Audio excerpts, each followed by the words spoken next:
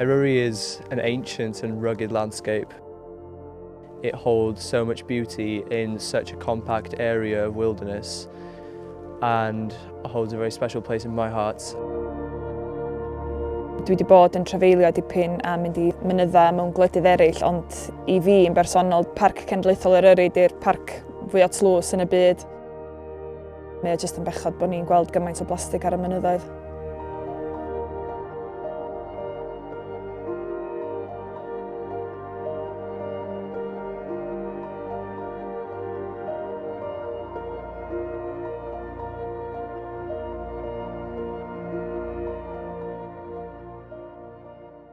Mae'r prosiect ddiblastig gan y parc yn cam pwysig iawn dwi'n meddwl, a gobeithio wneith hynna ysbrydoli newid mwyn gwarchod y Wyddfa. Y bwriad copa 1 ydy cael disgyblion ysgolion yr ardal I ddyfynnu hefo syniadau creadigol nhw I ddelio gyda y broblem o sbwriel ar mynydd.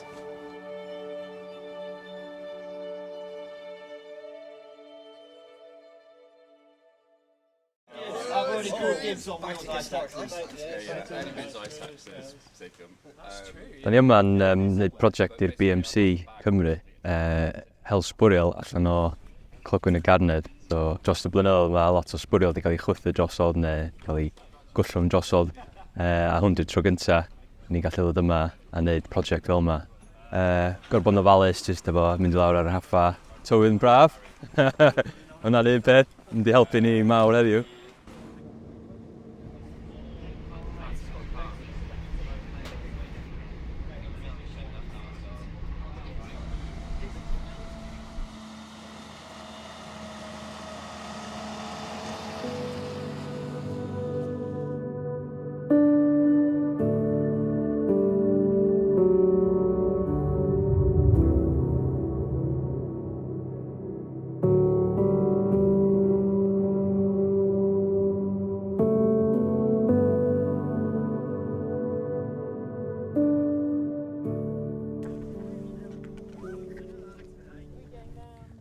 Yeah, so we had a look before and there's bits and pieces up above here.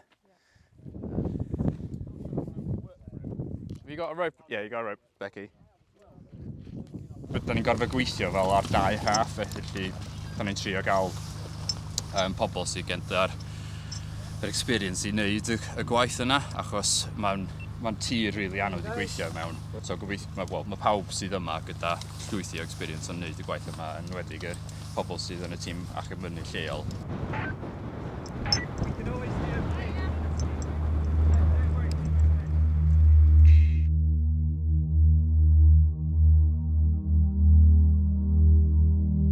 These have never been cleaned ever, so this is a pioneering event for us, for everyone here, let alone by rope access. That is quite extraordinary in itself. Mae'r effaith 600,000 o bobl yn cael ar y mynydd yn sylweddol. So I've just abseiled down into Central Trinity. I'm I don't know, maybe about 100 metres down, and you can see the amount of trash that's built up in this small little area down here, and loads of it. You've got quite a lot of plants growing over quite a lot of this trash in here, and there's even more just a little bit further down there. So you can see it's all just collecting in these like little holes and spots down here, and building up.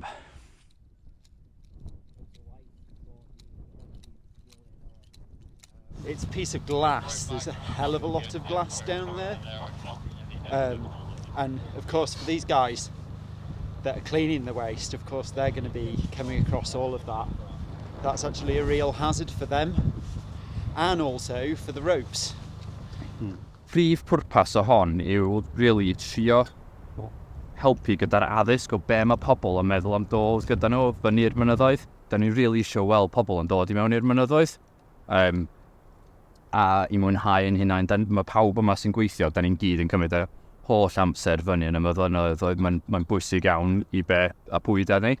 A mae lot o bobl, da chi dod fyny i'r copa yma, a os da hyd yn oed jyst yn rhoi rhywbeth fel plastig lawr ar yr ochr, mae'n siawns, jyst oherwydd mae'r gwynt o hyd yn dod o'r gorllewin, hyd yn oed os da chi'n mynd ar pwrpas, mae sbwriel yn mynd I cychwyn creu yma.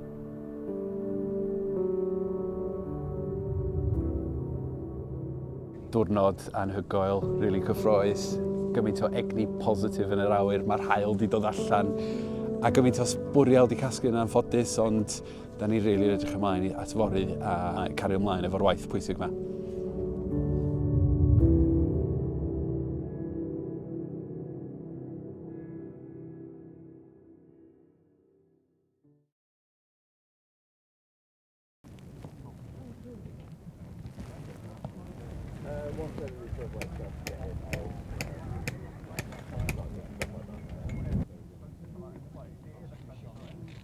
Sut nath pethau fynd ddoe? Really dda. Dwi'n meddwl mae gen i 6 bag wan yn gwylod clogwyn y garnedd, 5 ar y mynd fyny i'r top, a mae'r 3 lawr yma'n barod. So, dwi'n really falch o faint mae'r gymaint ar ei ddod allan ddoe. So, da ni'n mynd i cerdded efo yma, fyny'r llwybyr y Penygwryd, fyny i gwylod yr clogwyn y garnedd, a wedyn ar ôl hynny, newn ni casglu bach o sbwriel, so lot o bobl eto ar helpu ni allan heddiw.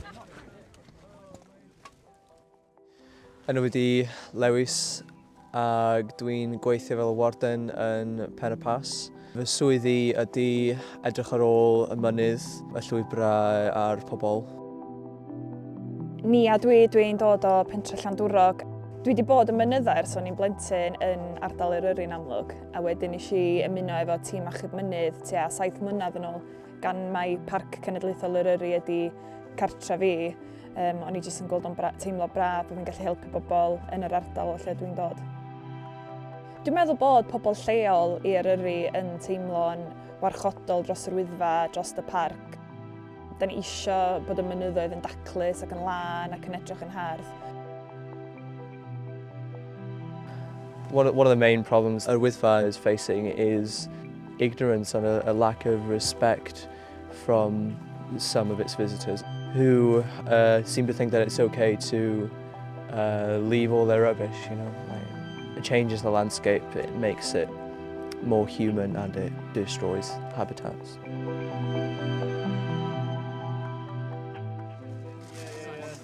Depends what kind of items you put in here, right? I know. You can put like one of those boulder bags in. If anyone's up for helping with this, essentially just to rummage through these bags, you know, and fill a carrier bag to the point where you would, if count as you go. Yeah, and count the number of items you're putting in as you go, and to the point at which you would, if you were using a carrier bag to do a clean, to the point at which you would go, oh, that's full. Okay. That makes sense, and that's it. Simple as that. Oh, we have loads of hats inside already. This is our hat, you know. Yn anffodus, mae Yr Wyddfa yn cael ei dinistrio gan ei boblogaeth mewn ffordd. Pobl ydy'r problem yn gadael plastig tu ôl. Mae'r gwirioneddolwyr yma, dim dynion bin ydyn nhw. Maen nhw yma i llnau fyny'r mynydd, ddim i rhoi service o casglu sbwriel pobl sydd ddim efo'r mynydd i gario fo'i hunain. Can I put this in so I don't throw mine on the gully as well? Yes. The policy is that you're meant to take down what you take with you. Be di dy deimladau di am hynna? Wel, be di teimladau proffesiynol fi amdan hynna? Cwestiwn da. Dwi'n meddwl bod o yn just parchus i mynd â be da chi'n dod efo chi i lawr. Nes i lenwi bag Tesco fan'na wan, ac o'na fel 30 eitem. Just cania Red Bull, cania cwrw, bygythiad crisps. Mae'n dechrau yn chdi faint. Mae pobl just yn meddwl bod o'n iawn i just taflu do ar ochr y mynydd. Mae'n hymian. Mae'n fel ogla vinegar ar dwylo. Vinegar. So how many items? Hey, retro rubbish. Hey, proper old. Look at that. Well, as a massive trash nerd, I love retro rubbish.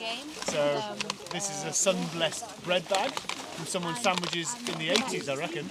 I'll look at it later on. I'll Googletron it later on, and it'll probably be about, I reckon this is 80s. But then, beyond the nerdish excitement, this just shows how long plastic takes and lasts in the environment. So you drop it in your sandwiches in the 80s, and someone finds it 45 years later.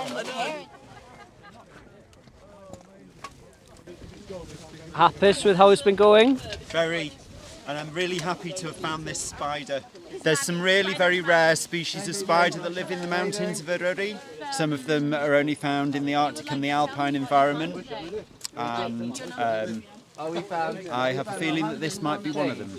It was found with the rubbish that we've removed, yeah.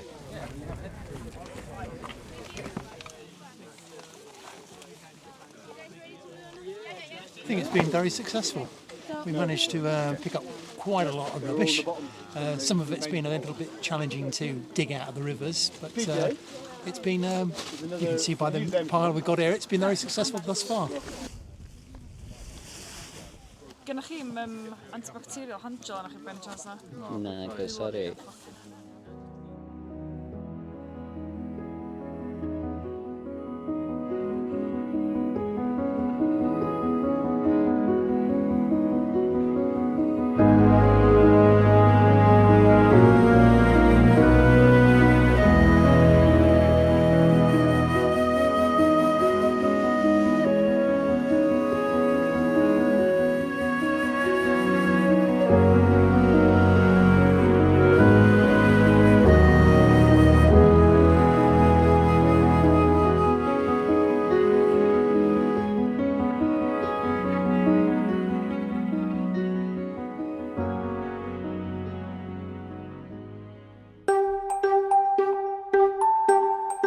So the park has implemented a plastic-free Yr Wyddfa policy.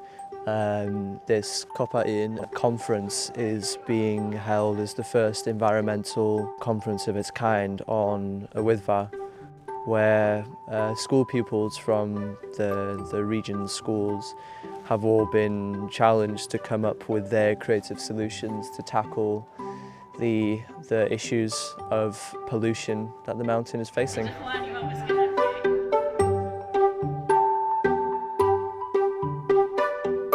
Bore da pawb? Bore da, diolch yn fawr iawn. Felly, pawb yn dda? Weddol neu ddim yn dda, siwr i ni? Dda? Wel, mae diwrnod cyffroes gyda ni.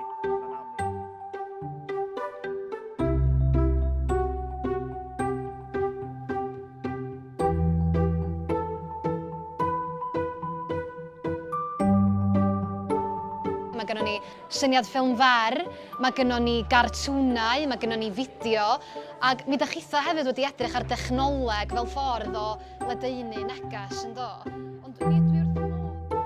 Da ni'n sternu rowers wyn fawr sy'n iolwed tan ddydd bethol. Ac mae yna QR code ar hynna, a fydden hynna yn mynd â chi apps. A hefyd, eich da ni'n mynd i wneud, os yn gallu de, nawn ni'n wneud effect ar TikTok, sef beth yn gallu. Mae'r model ma'n wych, dydy. Lot o waith yn mynd i mewn i hwnna. Sut ydych chi'n mynd o'i gwmpas i creu y model? Nes i greu popeth newspapers, papier-mâché bag, a pen yn i hwnna, neud y pen. Mae chi'n hafdan yn lle amazing. Dwi wedi bod yna lot. Mae'r golygfeydd yna anhygoel. Dach chi'n gweld un i syniad yma, dach chi'n gweld sbwriel ar y gwylod. So mae yna lot o sefydd neis rownd fama i gyd. A mae jyst bob dim llawn plastig, so mae'n neis hynny.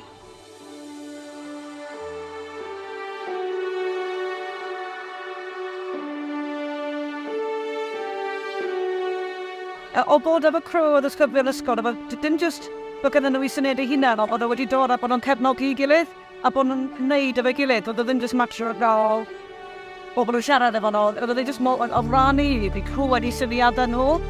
Ac os mae efo bobl sy'n byw yn yr ardal sy'n mynd i dyfu i fyny gilydd hyn hefyd, a na mae'n ysbrydoliaeth. Mae'n rili neis gweld pobl ifanc efo syniadau o sut i gadw'r mynydd yn ddi-blastig. Dwi wedi bod yn gwrando ar chydig o'r sgyrsiau bore yma, a dwi'n teimlo yn lwcus iawn i fod yn rhan o'r prosiect Yr, achos bod fi'n lleol a bod fi'n caru'r mynyddoedd yn Yr Wyddfa, a bod ni eisiau cadw nhw'n lan ac yn daclus. Mae'n y beth ydi fel galaxy a space. It perhaps inspires future generations to be more respectful of the mountain and yeah, just take your little home with you. It sounds really easy when you say it like that, really, doesn't it?